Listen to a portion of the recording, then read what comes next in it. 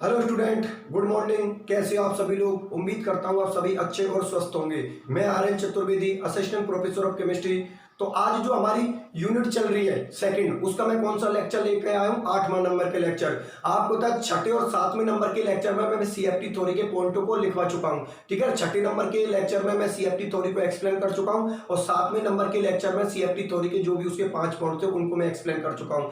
आज जो हम 8वें नंबर के लेक्चर में पढ़ेंगे वो हम ये पढ़ेंगे कि भाई जो सीएफटी थ्योरी थी ना, वो सीएफटी थ्योरी कॉम्प्लेक्सों पर किस तरीके से अप्लाई की जाती थी। मतलब सीएफटी थ्योरी को अष्टफलकीय, चतुष्फलकीय, समतल वर्गाकार कॉम्प्लेक्सों पर किस तरीके से अप्लाई किया था। मतलब ऑक्टाहेड्रल, टेट्राहेड्रल, स्क्वायर प्लेनर कॉम्प्लेक्सों पर सीएफटी को किस तरीके से अप्लाई किया गया था। ठीक है ना। तो आज मैं आपको लेक्चर 8 में ऑक्टाहेड्रल मतलब अष्टफलकीय संकुल में डी कक्षकों का विभाजन मतलब स्प्लाइटिंग बताऊंगा आप लोगों के लिए। ठीक है ना।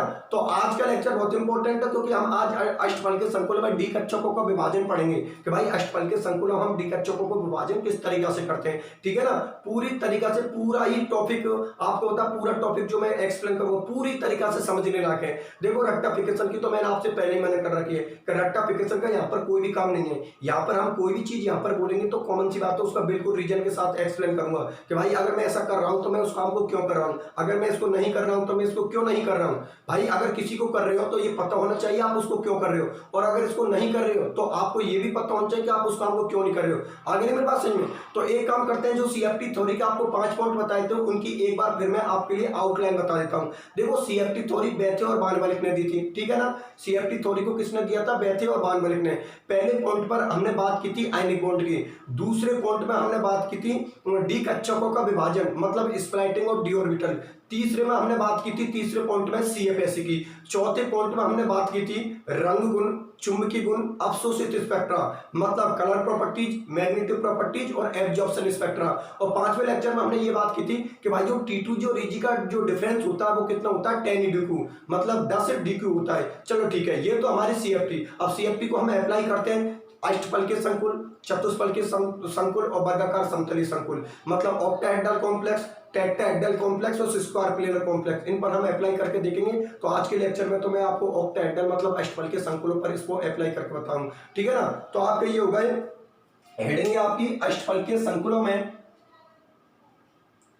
अष्टफलकीय संकुलों में, अष्टफलकीय संकुलों में डी कक्षकों का, अष्टफलकीय संकुलों में डी कक्षकों का विभाजन, अष्टफलकीय संकुलों में डी कक्षकों का विभाजन मतलब splitting of d orbital into octahedral complex. एक बार फिर सुन लेना, हेडिंग है अपनी अष्टफलकीय संकुलों में डी कक्षकों का विभाजन मतलब splitting of d orbital into octahedral complex, splitting of d orbital into octahedral complex. ये हम लोगों की हेडिंग है हिंदी वालों।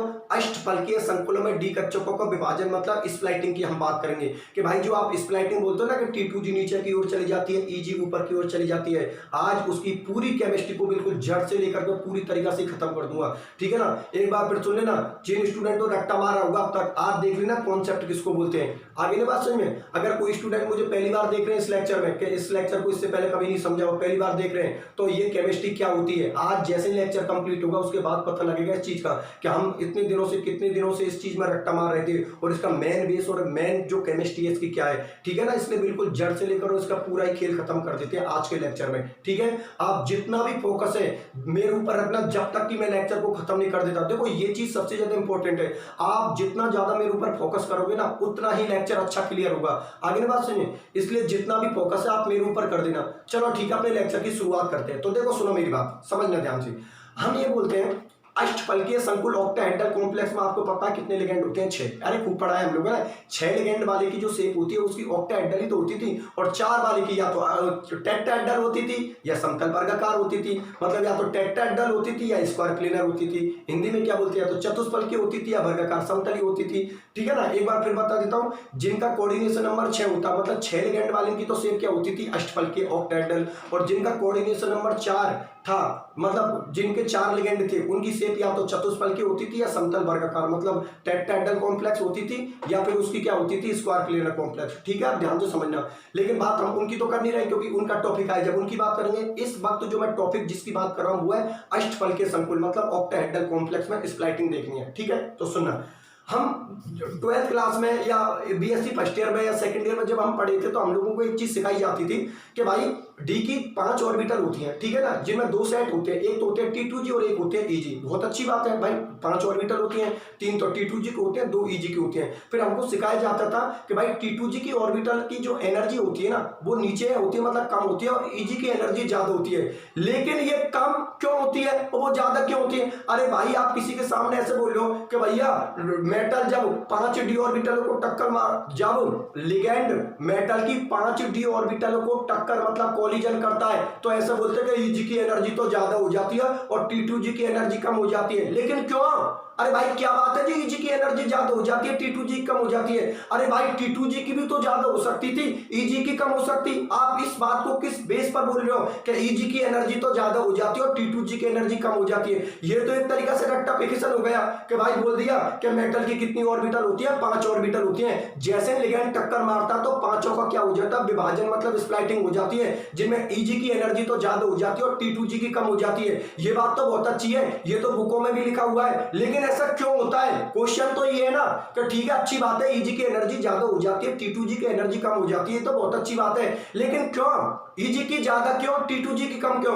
तो आज की इस क्लास में मैं आपको यही एक्सप्लेन करूंगा पूरे अच्छी तरीका से टॉपिक को कि भाई हम अगर ऐसा बोल रहे हैं कि EG की एनर्जी ज्यादा हो जाती है और T2G की एनर्जी कम हो जाती है, ठीक है ना, तो इस चीज को मैं एक्सप्लेन करके बताऊंगा EG की एनर्जी ज्यादा क्यों हो जाती है और T2G की एनर्जी कम क्यों हो जाती है। तो देखो सुनो, 11th क्लास में आप लोगों को पढ़ाया जाता था कि भाई डी की कितनी ऑर्बिटल होती है, 5, जिनमें 3 तो T2G की होती है, 2 EG की होती है। हालांकि ये यहाँ पर मेंशन करने के लिए चीज नहीं है, लेकिन मैं आपको समझाने के लिए इन चीजों को एक्सप्लेन कर रहा हूँ। देखो मैं एक बार फिर बता देता हूँ, आपको कॉपी में लिखने की कोई जरूरत नहीं है। इस वक्त आपके कॉन्सेप्ट को क्लियर करने के लिए मुझे 11th के 1-2 टॉपिकों में जाना पड़ रहा है, क्योंकि मैं जानता हूँ कुछ स्टूडेंट ऐसे हैं जो लेक्चर को मतलब पुराने इनको जानते होंगे, लेकिन कुछ स्टूडेंट ऐसे जिनको 11th का ही था, पता नहीं कि क्या 11th क्लास थी। तो उनके लिए मैं ध्यान दिला देता हूँ कि आप लोगों ने क्या पढ़ा था। ध्यान से समझना, क्योंकि आप जितनी ज्यादा लेक्चर के अंदर डीपली जाऊंगा ना, जितना ज्यादा टॉपिक के अंदर घुसूंगा उतना ज्यादा इंटरेस्टिंग होता चलेगा लेक्चर। तो इधर देखना, मैं थोड़ा पहले आपका बेसिक क्लियर कर देता हूं। देखो सुनो, यहां से मैं आपका बेसिक क्लियर कर देता हूं थोड़ा सा।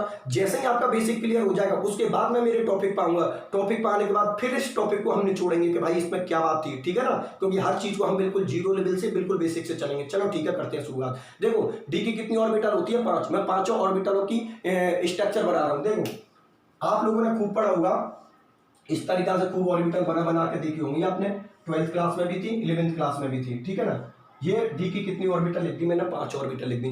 पांचों के नाम क्या होते हैं, DXY, DYZ, DXZ, DX² to Y² और ये हो गया भैया DZ²। चलो ठीक है, बहुत अच्छी बात है। मैंने 5 ऑर्बिटलों को लिख दिया। 5 ऑर्बिटल आपके सामने, DXY, DYZ, DXZ, DX² to Y², DZ², जिनमें शुरू की ये 3 तो किसकी होती है, T2G की। देखो भैया ये शुरू की 3 तो किसकी होती है, आपकी T2G ऑर्बिटल होती है।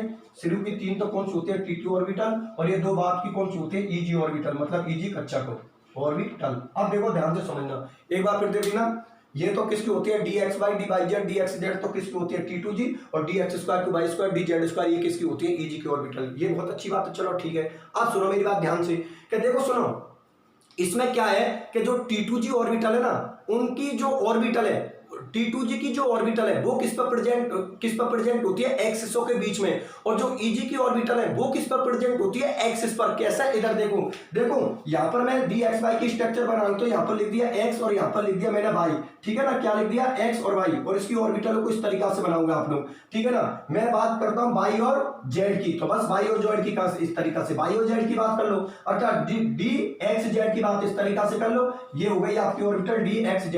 अच्छा DX² टू Y² DZ² की शेप क्या हो गई, ये DX² टू Y², और ये किसकी हो गई, DZ² की शेप। ये लो भैया, ये शेप किसकी हो गई, DZ² की। अब ध्यान से समझो और पूरा फोकस मेरे ऊपर करके रखना।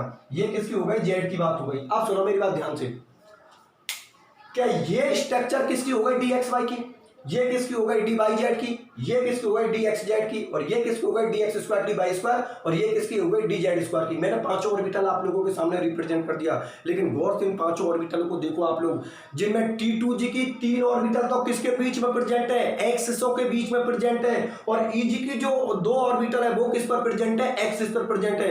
भैया जितना भी फोकस है मेरे ऊपर बनाकर रखना, मैं एक बार फिर बोल रहा हूं, जितना आपका फोकस मेरे ऊपर होगा ना, मैं क्लास को उतनी अच्छी तरीका से एक्सप्लेन करूंगा और आपको उतनी अच्छी तरीका से समझ में आएगी। आप लोगों के लिए ये तो मेरे पुराने लेक्चरों से देख लिया होगा आप लोगों ने कि एक बार क्लास देखने की जरूरत है, उसके बाद क्लास को देखने की कोई जरूरत नहीं है, ठीक है ना। चाहे आप मुझे बोर्ड पर देख लो, चाहे आप मुझे सुन लो, अगर मुझे सुन लिया या बोर्ड पे भी देख लिया तो भी आपका कॉन्सेप्ट 100% क्लियर है। ये नहीं कि कोई चीज छोड़ नहीं, बिल्कुल जमीन से उसको जड़ से लेकर के और उसका जो भी है ना वो कंप्लीट फिनिश करता हूं मैं। कोई भी टॉपिक होता है उसको जड़ से लेकर उसका जो भी आता पता है वो पूरा कंप्लीट ही खत्म करता हूं मैं, जिससे कि बाद में स्टूडेंट पूछने लायक नहीं रहे कि सर मुझे इस चीज में प्रॉब्लम आ रही है। आगे नहीं बात समझ में आई। आप चीजों को इस तरीका से रिप्रेजेंट करो कि स्टूडेंट आपसे उस टॉपिक के बारे में पूछ ही ना पाए। जो स्टूडेंट के मन में चल रहा है ना उसको आप पहले से रिप्रेजेंट कर दो, जिससे कि स्टूडेंट बाद में पूछ नहीं पाए। अगर मैं इनकी ऑर्बिटल के स्ट्रक्चर नहीं बनाता तो कुछ स्टूडेंट ये पूछ लेते हैं कि सर आपने ऐसा बोला था कि D x Y D by Z D x Z, ये जो ऑर्बिटल होती है वो एक्सिसों के बीच में प्रेजेंट होती है, और D x square two by square d z square वो एक्सिस पर प्रेजेंट होती है। कैसे है, ठीक है ना। इसलिए मैं उनके क्वेश्चनों के लिए मैं पहले से पूरा रिप्रेजेंट करके चल रहा हूं, ठीक है ना। आ जाओ अपने टॉपिक पर। तो देखो एक बार फिर देख लेना, D x Y D by Z D x Z, इनकी ऑर्बिटल किस पर प्रेजेंट है, एक्सिसों के बीच में प्रेजेंट है। देखो ये तो अरे भाई एक्सिस यही तो मानते हैं, एक्स वाई जेड को तो एक्सिस मानते हो आप। तो देखो ये तो आपकी एक्सिस रही, लेकिन एक्सिस पर तो ऑर्बिटल प्रेजेंट ही नहीं है, उनके बीच में प्रेजेंट है। ये देख लो कोई सी भी ऑर्बिटल देख लो एक्सिसों के बीच में प्रेजेंट है, लेकिन बात जब मैं x square two by square d z square की बात करता हूं तो उनकी ऑर्बिटल किस पर प्रेजेंट है, एक्सिस पर प्रेजेंट है। उनकी ऑर्बिटल किस पर प्रेजेंट है, एक्सिस पर प्रेजेंट है। समझ में आ गया। तुरंत ही अपने टॉपिक पर जा रहा हूं, देखो एक बार फिर सुन लो, क्योंकि इसको मिटाकर तुरंत अपने टॉपिक पर जा रहा हूं चीजों को एक्सप्लेन करने के लिए। दोबारा देख लो पांचों डायग्राम आपके सामने, T2G की 3 ऑर्बिटलों के जो डायग्राम बनाए हैं, D x Y D Y Z D x Z, उनकी ऑर्बिटल किस पर प्रेजेंट है, एक्सिसों का बीच पर, एक्सिस पर कोई भी प्रेजेंट नहीं है। और मैं बात करता हूं EG की 2 ऑर्बिटलों की, उनकी जो ऑर्बिटल प्रेजेंट है वो किस पर प्रेजेंट है, एक्सिसों पर। मतलब इसकी तो किस पर प्रेजेंट है, एक्सिसों के बीच में, और EG की किस पर प्रेजेंट है, एक्सिसों पर। चलो ठीक है, इस टॉपिक को यहीं पर रखें, अब अपने टॉपिक पे आते हैं और इस चीज को फॉलो करते हैं। हम लोग इस चीज को फॉलो करते हैं, ठीक है ना। ठीक है, तो देखो इस चीज को फॉलो करना चालू कर देता हूं मैं, ध्यान से समझते चलना आप लोग, ठीक है ना। एक एक चीज को अच्छी तरीका से समझते चलो, जिससे कि चीजें बढ़िया कॉन्सेप्ट तरीका से अपनी क्लियर हो जाए, ठीक है ना।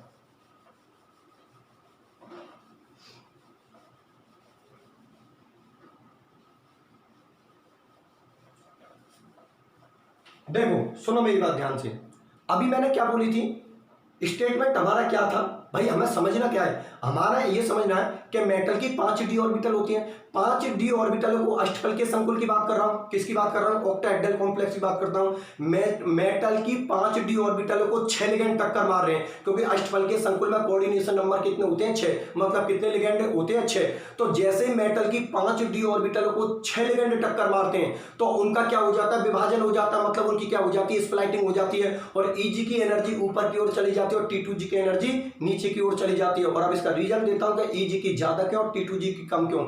एक बात बताओ यार, T2G की जो 3 ऑर्बिटल थी वो किस पर प्रेजेंट थी, एक्सिसों पर बीच में, और जो EG की ऑर्बिटल थी वो किस पर प्रेजेंट थी, एक्सिसों पर। तो मुझे एक बात बताओ, जब लिगेंड टक्कर मारने के मेटल की 5 डी ऑर्बिटल को जाते हैं तो कॉमन सी बात है पहले उनको कौन मिलती है, EG ऑर्बिटल, क्योंकि वो किस पर प्रेजेंट होती है, एक्सिसों पर। और जो T2G ऑर्बिटल है वो किस पर प्रेजेंट होती है, एक्सिसों के बीच पर। तो मुझे एक बात बताओ यार, जब लिगेंड टक्कर मारने के लिए जाता तो पहले वो किसको टक्कर मारेगा, EG को। EG को वो इसलिए टक्कर मारेगा क्योंकि वो किस पर प्रेजेंट है, एक्सिसों पर, और T2G को वो बाद में टक्कर मारेगा क्योंकि T2G किस पर प्रेजेंट है, एक्सिसों के बीच में। मेरी बात समझ रहे हो नहीं समझ रहे हो, एक बार फिर सुन लो ना। जब मेटल की 5 डी ऑर्बिटलों को 6 लिगेंड टक्कर मारने के लिए जाते हैं तो पहले टक्कर वो किसको मारता है, EG को, क्योंकि EG ऑर्बिटल होती है वो किस पर प्रेजेंट होती है, एक्सिसों पर, और जो T2G ऑर्बिटल है वो किस पर प्रेजेंट होती है, एक्सिसों के बीच में। तो पहले जब टक्कर जैसे ही वो मारेंगे तो पहले टक्कर किसको मारेगी, EG को। और कॉमन सी बात है यार, पहले टक्कर या कोलिजन जिसको मारेगा मारेगी उसकी एनर्जी क्या हो जाएगी ज्यादा, और जिसको वो बाद में टक्कर मारेगा उसकी एनर्जी क्या हो जाएगी कम। मेरी बात समझ में आई या नहीं आई? तो ये रीजन होता है कि ईजी की एनर्जी ज्यादा क्यों होती है और T2G की एनर्जी कम क्यों होती है। मेरी बात समझ में आई या नहीं आई? एक बार फिर सुन लो, मेटल की 5 डी ऑर्बिटल को जब 6 लिगेंड टक्कर मारते हैं तो पहले टक्कर वो किसको मारता है? ईजी को, क्योंकि ईजी किस पर प्रेजेंट होती है? एक्सिसो पर, और T2G किस पर प्रेजेंट होते थे? एक्सिसो के बीच में। तो पहले टक्कर वो किसको मारेगा? ईजी को, और बाद में टक्कर वो किसको मारेगा? T2G को। तो जिसको वो पहले टक्कर मारेगा उसकी एनर्जी क्या हो जाएगी? ज्यादा। अरे सही बात है यार, जिसको आप पहले टक्कर मार रहे हो उसकी एनर्जी ज्यादा हो जाएगी, और जिसको वो बाद में टक्कर मार रहा है उसकी एनर्जी कम हो जाएगी। इसीलिए बोला जाता है कि अष्टफल के संकुल ऑक्टाहेड्रल कॉम्प्लेक्सों में T2G की एनर्जी क्या होती है? कम, और ईजी की एनर्जी क्या होती है? ज्यादा। और उसका रीजन क्या होता है अभी मैंने एक्सप्लेन कर दिया। मेरी बात समझ में आई या नहीं आई? अब चलो ठीक है, ये बात समझ में आ गई, ये बात समझ में आ गई। मैं 5 डी ऑर्बिटल पूरा डायग्राम शो कर देता हूं। कल भी मैंने लेक्चर में आपको बताया था, 6 नंबर के लेक्चर में डायग्राम शो किया था ऑक्टाहेड्रल का। एक बार पूरे डायग्राम को फिर शो कर रहा हूं, और फिर दोबारा से फिर एक्सप्लेन करूंगा, फिर दोबारा से पूरे को फिर एक्सप्लेन करूंगा, ठीक है ना। और जैसे ही आपकी बार एक्सप्लेन करते ही आपका कॉन्सेप्ट 100% पूरा क्लियर हो जाएगा। कैसे भी करके आप एग्जाम में लिख देना, कोई आपसे इंटरव्यू में पूछे इंटरव्यू में बता देना, कहीं पर पढ़ाना पड़े तो वहां पर समझा देना कि ये इसकी केमिस्ट्री होती है। आगे बात समझे, एक बार फिर से दोबारा अपने लेक्चर को एक्सप्लेन करूंगा, इसलिए एक बार मिटा देता हूं मैं, ठीक है ना, और डायग्राम बनाकर फिर बात करते हैं हम, ठीक है ना। तो देखो हेडिंग का बताइए, अब मैं पूरी कोई मिटा रहा हूं क्योंकि मुझे जगह कम पड़ेगी, तो इसलिए मुझे पूरे ही बोर्ड की जरूरत पड़ेगी। तो देखो एक बार फिर देख लेना, अष्टफल के संकुल में डी कक्षकों का विभाजन, मतलब splitting of d orbital into octahedral complex, ये टॉपिक अपना चल रहा है। मैं मिटा रहा हूं, ठीक है भैया, ठीक है, मिटा देता हूं मैं, ये लो मिटा दिया। अब सुनो ध्यान से, डी की 5 ऑर्बिटल बना देता हूं, ये देखते चलो आप लोग पूरी स्टोरी को देखो। ये रही भैया आपकी डी की 5 ऑर्बिटल, ये लो d x Y, D Y Z, D x z, D x square to Y square, d z square. देखो d x Y, D Y Z, D x z, D x square to Y square, और ये हो गया D z square, ठीक है ना। M और M N plus, मतलब मेटल भी हो सकती है या मेटल पर चार्ज भी हो सकता है, चलो ठीक है। अच्छा, ये शुरू की 3 को हम क्या बोलते हैं? T2G ऑर्बिटल, T2G कक्षक मतलब T2G ऑर्बिटल, और ये बाद की 2 को हम क्या बोलते हैं? EG कक्षक मतलब EG ऑर्बिटल, EG कक्षक या EG ऑर्बिटल, ठीक है ना। अब तक पांचों की एनर्जी क्या है? सेम, पांचों की एनर्जी सेम है। लिगेंड टक्कर मारने, ये तो सीएफ की थ्योरी बोल रही है कि जब तक मेटल की 5 डी ऑर्बिटलों को लिगेंड टक्कर नहीं मारता तब तक उन पांचों की एनर्जी क्या होती है? समान। लेकिन जैसे ही लिगेंड टक्कर मारता है पांचों की एनर्जी में क्या हो जाता है? डिफरेंस पैदा हो जाता है, मतलब उनकी स्प्लाइटिंग हो जाती है, ऐसे बोल सकता हूं, उनका क्या हो जाता है? विभाजन हो जाता है। विभाजन हो जाता है तो देखो कैसे विभाजन होता है, चलो करते हैं टॉपिक में बात। इनकी एनर्जी क्या हो गई? उत्तेजित, क्योंकि लिगेंड टक्कर मार रहा है। ये तो यहां पर लिख देता हूं, उत्तेजित अवस्था मतलब एक्साइटेड स्टेट, उत्तेजित अवस्था मतलब एक्साइटेड स्टेट, चलो ठीक है।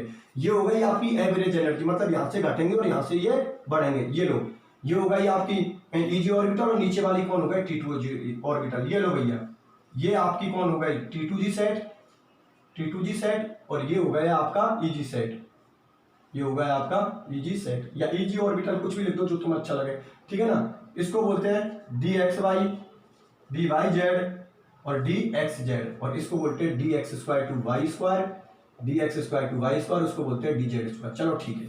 और बीच वाले को हम बोलते हैं औसत ऊर्जा मतलब एवरेज एनर्जी, औसत ऊर्जा मतलब एवरेज एनर्जी, चलो ठीक है, यहां तक का बात ठीक है, ठीक है। एक बार फिर देख लो, मेटल की 5 डी ऑर्बिटल है, ठीक है, पांचों की एनर्जी सेम है। कब तक? जब तक लिगेंड ने टक्कर नहीं मारी है। अब जैसे लिगेंड ने टक्कर मारी तो उनकी एनर्जी का मतलब उनकी ऑर्बिटलों को क्या हो जाएगी? स्प्लाइटिंग, विभाजन हो गया। विभाजन होते T2G नीचे की ओर चली गई और EG ऊपर की ओर चली गई। एक बार फिर बता दे दो, T2G नीचे की ओर क्यों गई थी या उसकी एनर्जी कम क्यों रही थी? क्योंकि आपको पता है T2G ऑर्बिटल किस पर प्रेजेंट थी? एक्सिसों के बीच में, और EG ऑर्बिटल किस पर प्रेजेंट थी? एक्सिसों पर। तो जो एक्सिस पर प्रेजेंट होंगी उनको लिगेंड पहले टक्कर मारेगा, और अगर उनको पहले टक्कर मारेगा तो कॉमन सी बात, उनकी एनर्जी क्या हो जाएगी? ज्यादा, क्योंकि हम जानते हैं कि एनर्जी नीचे से ऊपर जाने पर इंक्रीज होती है, मतलब बढ़ती है। तो देखो मैं एनर्जी भी यहां पर शो कर देता हूं, ये लो भैया, आपके लिए मैंने ये एनर्जी शो कर दी। एनर्जी नीचे से ऊपर जाने पर इंक्रीज होती है, ये ऐसे बोल सकता हूं, एनर्जी नीचे से ऊपर जाने पर बढ़ती है। चलो ये बात तो आप लोगों को समझ में आ गई।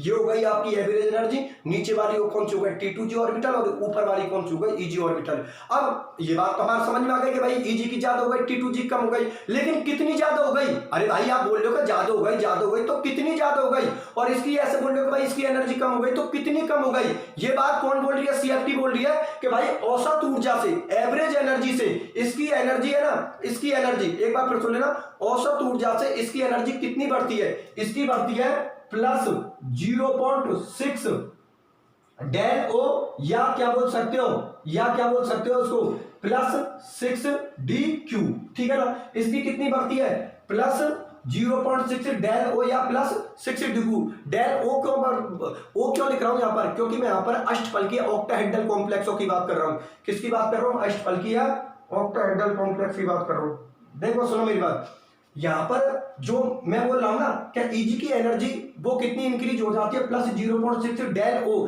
क्योंकि यहां पर हम कौन से कॉम्प्लेक्स की बात करते हैं, ऑक्टाहेड्रल, इसलिए ओ लिखा, ओ का मतलब होता है ऑक्टाहेड्रल हिंदी वाले हो, और ऑक्टाहेड्रल को क्या बोलते हैं, अष्टफलकीय, ठीक है ना। इसकी एनर्जी प्लस 0.6 डेल ओ बढ़ जाती है, और इसकी एनर्जी कितनी घट जाती है, माइनस 0.4 डेल ओ, या ऐसा बोल सकता हूं माइनस 4 डी क्यू। भैया ये लो, इसको क्या बोल सकता हूं, प्लस 0.6 डेल ओ या प्लस 6 डी क्यू, और इसको बोल सकता हूं माइनस 0.4 डेल ओ या माइनस 4 डी क्यू, ठीक है ना। ये तो इंक्रीज हो गई मतलब बढ़ गई, और ये घट गई, डिक्रीज हो गई। चलो ठीक है, यहां तक बात समझ में आ गई। अच्छा मैंने फिर आप लोगों से क्या बात बोली थी कि T2G और EG का जो टोटल डिफरेंस है वो कितना होगा, 10 डी क्यू। तो देखो ये 10 डी क्यू जो T2G और EG का डिफरेंस होता है, इसी को हम क्या बोलते हैं, CFSE, जिसको किससे शो करते हैं, CFSE लिख दो, 10 डी क्यू लिख दो, या डेल ओ लिख दो, क्योंकि कौन से कॉम्प्लेक्स की बात हो रही है, ऑक्टाहेड्रल कॉम्प्लेक्स की बात हो रही है। तो ये लो भैया, मैं पूरी को रिप्रेजेंट कर देता हूं, ये लो यहां पर लिख देना 10 DQ, या क्या लिख सकते हो आप, डेल ओ। एक ही बात है, आगे नहीं बात समझ में,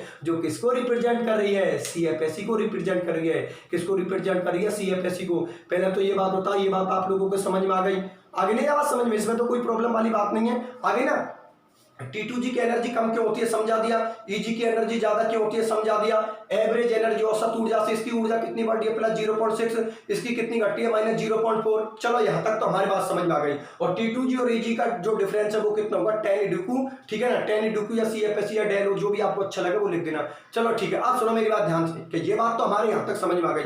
लेकिन अगला कॉन्सेप्ट ये होता है कि अगर मेटल के साथ आपने स्ट्रॉन्ग लिगेंड जोड़ दिए 6, समझना ध्यान से, क्योंकि ऑक्टाहेड्रल कॉम्प्लेक्स की बात हो रही है। मेटल के साथ अगर आपने 6 लिगेंड जोड़ दिए, और वो 6 के 6 लिगेंड आपने स्ट्रॉन्ग जोड़ दिए, तो आप लोगों को पता है जब मेटल के साथ 6 स्ट्रॉन्ग लिगेंड जोड़ते हैं, तो आपको ये चीज मैंने पहले क्लियर कर दी कि जब स्ट्रॉन्ग लिगेंड मेटल की 5d ऑर्बिटल को टक्कर मारते हैं, तो उसका नाम ही कौन है, स्ट्रॉन्ग, मतलब प्रबल। वो टक्कर जोर की मारेगा, तो ये T2G और EG का जो डिफरेंस है वो बहुत ज्यादा हो जाएगा। लेकिन जब मेटल के साथ आप वीक दुर्बल लिगेंड जोड़ते हो, तो दुर्बल लिगेंड की टक्कर तो कमजोर होती है, तो वो T2G और EG का जो गैप है वो क्या होगा, आप लोगों का कम। और आप समझ लो मेरा पूरा टॉपिक, मैंने बोला था ना कि बाह्य कच्चक संकुल, आंतरिक कच्चक संकुल मतलब inner sphere complex, outer sphere complex, निम्न कच्चक संकुल, उच्च कच्चक संकुल मतलब लो spin complex, high spin complex. उनका मतलब क्या होता है कि जब आप यहाँ पर स्ट्रॉन्ग लिगेंड जोड़ते हो, तो स्ट्रॉन्ग लिगेंड के बीच में तो भैया एनर्जी डिफरेंस को ज्यादा करेगा, T2G और EG का जो डिफरेंस है उसको ज्यादा करेगा कौन, स्ट्रॉन्ग लिगेंड ज्यादा करेगा। तो देखो मैं इसमें 10 इलेक्ट्रॉन भर रहा हूं, क्योंकि आप जानते हो डी में कितने इलेक्ट्रॉन भरते हैं, 10। तो देखो 1 2 3 इलेक्ट्रॉन भर दिए, और मैं केस किसका ले रहा हूं इस वक्त, और मैं केस किसका ले रहा हूं, स्ट्रॉन्ग लिगेंड का मतलब प्रबल लिगेंड का केस ले रहा हूं। तो गैप ज्यादा है, अब 3 इलेक्ट्रॉन तो भर दिए, चौथे इलेक्ट्रॉन की कंडीशन ये बनती है कि या तो चौथा इलेक्ट्रॉन नीचे जाए या फिर क्या जाए ऊपर। तो ये चीज मैंने आपको समझा चुका हूं कि चौथा इलेक्ट्रॉन को इतनी एनर्जी नहीं मिल पा रही है कि वो ऊपर चला जाए, क्योंकि स्ट्रॉन्ग लिगेंड जुड़ा हुआ है, जिसकी टक्कर जोर की होने की वजह से वो गैप बहुत ज्यादा हो गया। इसका मतलब चौथा इलेक्ट्रॉन आपका पार गया, ये चौथा, पांचवा, छठा, और 7वें इलेक्ट्रॉन की तो मजबूरी है, उसको ऊपर ही जाना पड़ेगा। ये हो गए 7 8 9 और 10। इसीलिए इसको क्या बोलते हैं, लो स्पिन कॉम्प्लेक्स। लो स्पिन का मतलब वो चौथा इलेक्ट्रॉन कहां पर गए, नीचे। और ये मैं सौभातन की एक बात आपको पहले बता चुका था कि अगर आपका चौथा इलेक्ट्रॉन नीचे जा रहा है तो उसको बोलते हैं निम्न कच्चक संकुल, नीचे मतलब निम्न कच्चक संकुल, लो स्पिन कॉम्प्लेक्स। और अगर आपका चौथा इलेक्ट्रॉन ऊपर जा रहा है तो उसको बोलते हैं हाई स्पिन कॉम्प्लेक्स, मतलब उच्च कच्चक संकुल। मेरी बात समझ में आई है नहीं आई। अगर ये तो केस किसका बता दिया मैंने, स्ट्रॉन्ग लिगेंड का। और भैया वीक लिगेंड की बात करोगे तो यार उसका गैप क्या होगा, थोड़ा कम होगा। तो 3 इलेक्ट्रॉन नीचे बढ़ दोगे तो कॉमन सी बात है चौथा इलेक्ट्रॉन ऊपर जाएगा, क्योंकि चौथे इलेक्ट्रॉन को पता है कि T2G और Eg का गैप क्या है, कम, और मैं आराम से ऊपर की ओर जा सकता हूं। आगे नहीं मेरी बात समझ में? इसलिए स्ट्रॉन्ग लिगेंड के केस में, प्रबल लिगेंड के केस में चौथा इलेक्ट्रॉन कहां पर जाता है, नीचे, और वीक लिगेंड के केस में, दुर्बल लिगेंड के केस में चौथा इलेक्ट्रॉन कहां पर जाता है, ऊपर। ये बात को कौन एक्सप्लेन नहीं कर सकता? बीबीटी। तो ये बात किसने एक्सप्लेन की थी? सीएफटी ने।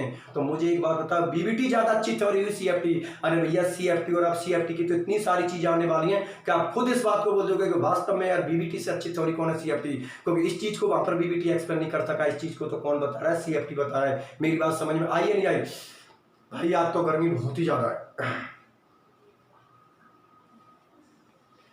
देखो सुनो मेरी बात, ये तो बात समझ में आ गई, ये बात समझ में आ गई ना आप लोगों के, कि भाई इसकी एनर्जी ज्यादा होती है और इसकी एनर्जी कम होती है, ठीक है ना। और लो स्पिन कॉम्प्लेक्स और हाई स्पिन कॉम्प्लेक्स समझा दिया मैंने।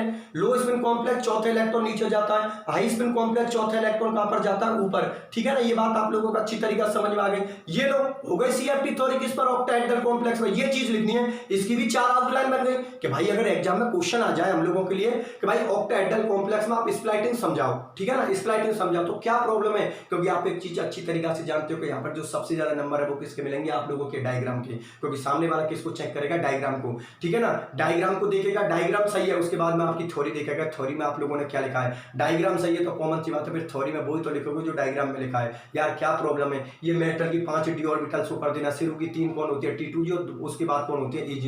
ये मेटल हो सकता है या मेटल पर चार्ज भी हो सकता है, मतलब मेटल पर चार्ज कुछ भी नहीं, जैसे कभी कभी ऐसा होता है ऑक्सीडेशन स्टेट 0 आती है तो मेटल ही लिखते हो, डायरेक्ट लिखते हो, या फिर उस पर चार्ज 1 2 3 4 जो भी इसमें मेटल पर चार्ज होते हैं वो शो कर सकते हो। एनर्जी नीचे से ऊपर जाने पर इंक्रीज होती है, इसको जरूर लिखना जिससे कि वो समझ सके, ठीक है ना। उसके बाद लिगेंड टक्कर मारेंगे, एनर्जी उनकी क्या हो जाती है? एक्साइटेड, जिनमें T2G की कम हो जाती है, Eg की ज्यादा हो जाती है। Eg की कितनी ज्यादा हो जाती है? +0.6। T2G की कितनी कम हो जाती है? -0.4। पूरा डिफरेंस कितना होगा? 10 डिग्री। अगर उससे स्ट्रॉन्ग लिगेंड जुड़ा है तो डिफरेंस क्या होगा? ज्यादा, और अगर उससे वीक लिगेंड जुड़ा है तो डिफरेंस क्या होगा? कम, ठीक है ना। इस डिफरेंस को ही हम क्या बोलते हैं? CFSE, जिसको 10 डिग्री से शो कर सकते हो या डेल O से शो कर सकते हो, ठीक है ना। डेल हम किसको करते हैं? डिफरेंस के लिए, और O का मतलब किसके लिए बात करें? ऑक्टेहेड्रल मतलब अष्टफल के संकुलों के लिए। ये हुआ है आपका कॉन्सेप्ट क्लियर है यार? क्या प्रॉब्लम हुई इसमें? सीधा सा टॉपिक था, मेरी बात समझ में आ गई ना। समझने वाली बात चीज वहीं पर थी जो हम रट्टा मार रखा था ना 10th का, सॉरी 12th का और BSc सेकेंड ईयर का जो रट्टा मार रखा था ना कि भाई वो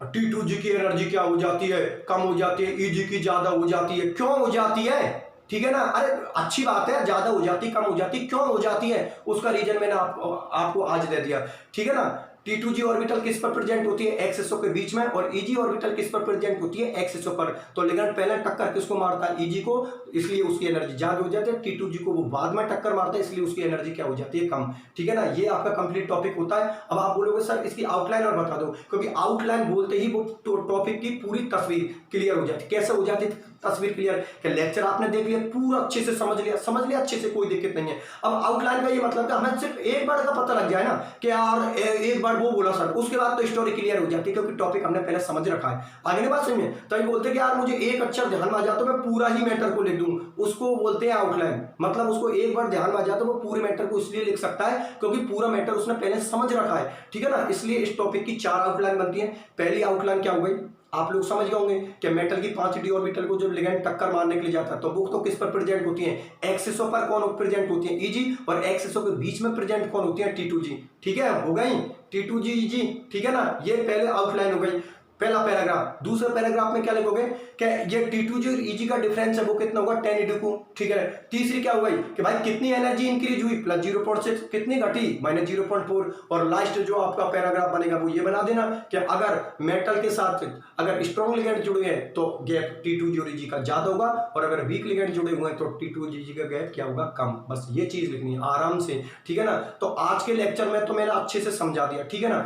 अगला जो लेक्चर आएगा तो आज जो मैंने समझा है ना बिल्कुल डिट्टो, बिल्कुल ऐसा नहीं कि यहां पर बोल कुछ गया और लिखा कुछ रहा, नहीं। अभी मैंने जो चीजें समझाई है ना आप लोगों को, देखो अभी मैंने जो चीज समझा बिल्कुल नोट्सों में देखना, वो के वो चीज लिखवाऊंगा, ठीक है ना जी, बिल्कुल फिट हो जाएगा। हाँ यार सर ने ये चीज समझाई थी और ये चीज हमें लिखनी है, ठीक है ना, बिल्कुल उसके डिट्टो लिखवाऊंगा। जो मैंने अभी एक्सप्लेन कर दिया वो नोट्स में वही मेंशन करवाने वाला हूँ मैं आप लोगों के लिए, ठीक है। इस चीज में कोई प्रॉब्लम नहीं है यार। ये क्या है कि इसको मैं इसमें भी लिखवा सकता हूँ, लेकिन क्या है कि लेक्चर कम से कम एक घंटे से ज्यादा हो जाता है, फिर जब वीडियो अपलोड करते तो उसमें प्रॉब्लम आती है, ठीक है ना। इसलिए मैं सोच रहा हूँ कि अपना लेक्चर हो 40 से 45 मिनट से ज्यादा का नहीं हो, क्योंकि जब जो ज्यादा टाइम पे हो जाता है ना लेक्चर, जैसे कि एक लेक्चर मैंने शूट किया सीएफटी थ्योरी में, तो सीएफटी थ्योरी एक्सप्लेन कर दी मैंने और पूरा ये समझा दिए ऑक्टेहेड्रल और टेट्राहेड्रल, तो वो कितने का बन गया, 2 घंटे का बन गया वो पूरा वीडियो कितने का बन गया, 2 घंटे का। फिर अपलोड करने तो वो अपलोड ही नहीं हो पा रहा था, क्योंकि नेटवर्क प्रॉब्लम आ रही थी, जो वो अपलोड ही नहीं हो पा रहा था, ठीक है ना। फिर वो मैंने बाद में शूट किया था उसको, क्योंकि वो तो शूट हो नहीं रहा था,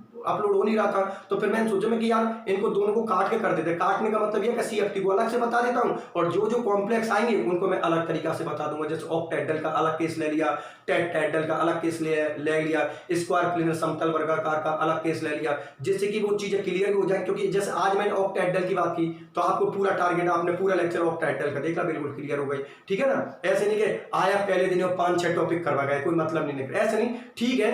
हम लोगों का चाह देखो 1 दिन से 2 दिन लग जाए उससे कोई फर्क नहीं पड़ता, लेकिन जिस टॉपिक को आप पढ़ा रहे हो, जिस टॉपिक को आप पढ़ रहे हो, उसको ऐसा क्लियर कर लो कि दोबारा उसको केवल एग्जाम में देखने की जरूरत पड़े, और वो भी सिर्फ इतना कहाँ यार बस हो गया काम अपना, ठीक है ना। और ये चीज तो वो स्टूडेंट अच्छी तरीके से जानते हैं जो मेरे से ऑफलाइन क्लासों में पढ़े हैं, ठीक है ना। जितनी भी प्रॉब्लम है यूनिट करवाने के बाद, जितनी भी यूनिवर्सिटी की 5 या 6 साल की जितनी प्रॉब्लम है, वो पूरी प्रॉब्लमों को मैं निकलवाता हूँ, जिससे कि स्टूडेंट को पता तो लगे कि हमने पढ़ा क्या है और एग्जाम में पूछ क्या रहा है। आगे नहीं मेरी बात समझ में। इसलिए जितने भी स्टूडेंट जो इस वक्त मेरे से नए जुड़ रहे हैं, भैया बिल्कुल आप आराम से मेरे से जुड़ सकते हो, ठीक है ना। और जो स्टूडेंट अपने पुराने, उनके लिए तो कोई प्रॉब्लम वाली बात नहीं, वो तो अच्छी तरीके से सारी चीजों को जानते हैं, ठीक है ना। तो जो स्टूडेंट पुराने हैं या जो स्टूडेंट नए हैं, मैंने नोट्स बनवाना चालू कर दिया, आप आराम से मेरे से नोट्स बना सकते हो यहाँ पर, ठीक है ना। इंग्लिश मीडियम के जो स्टूडेंट है, देखो मैं आपको मेरे व्हाट्सएप नंबर से जुड़ जाना, मैं आपको वहां से पीडीएफ बनाकर सेंड कर दूंगा, ठीक है। टॉपिक आपके समझ में आ गया, फिर उसको बुक से पढ़ो, पीडीएफ से पढ़ो, नोट से पढ़ो, जहां से पढ़ो वहां से पढ़ लो, बट टॉपिक समझ में आना चाहिए। टॉपिक समझ में आया ही नहीं और बुक ले आए और पीडीएफ और नोट्स और पता नहीं क्या क्या चीज ले आए, अरे क्या मतलब निकला उसका, लेके क्या बहादुरी कर लोगे आप लोग, आगे नहीं मेरी बात समझ में। इसलिए भैया मैं बोल रहा हूँ आप लोगों से कि जिन लोगों ने नोट बनाना चालू नहीं किया ना, वो नोट्स बनाना चालू कर दो। जिन लोगों ने नोट्स बनाना चालू नहीं करे हैं, वो नोट्स बनाना चालू कर दो। इंग्लिश मीडियम के स्टूडेंट मेरे व्हाट्सएप नंबर से जुड़ जाना, मैं वहां से आपको नोट्स सेंड कर दूंगा। बाकी के हिंदी मीडियम वाले बच्चों को तो मैं लिखवा ही रहा हूँ अच्छे से, ठीक है ना।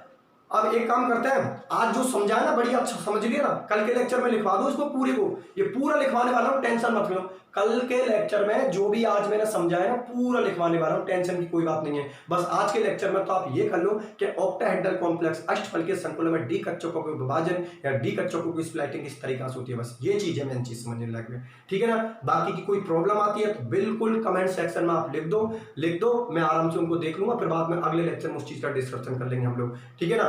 बाकी का चैनल मैं मानता हूं लगभग सभी स्टूडेंटों ने सब्सक्राइब कर दिया होगा जो लोग मुझे देख रहे हैं, ठीक है ना। और भैया उसको यार लाइक भी कर दिया करो, देखो कुछ नहीं है, ये उंगली है उस पर जाके इतना करना है, ठीक है, वो लाइक हो जाएगा, टेंशन मत लो। आपकी उंगली में कोई प्रॉब्लम नहीं आने वाली, कहीं ऐसा नहीं कि भैया लाइक करते हो और उंगली खराब हो गई, ऐसा कुछ भी नहीं होने वाला।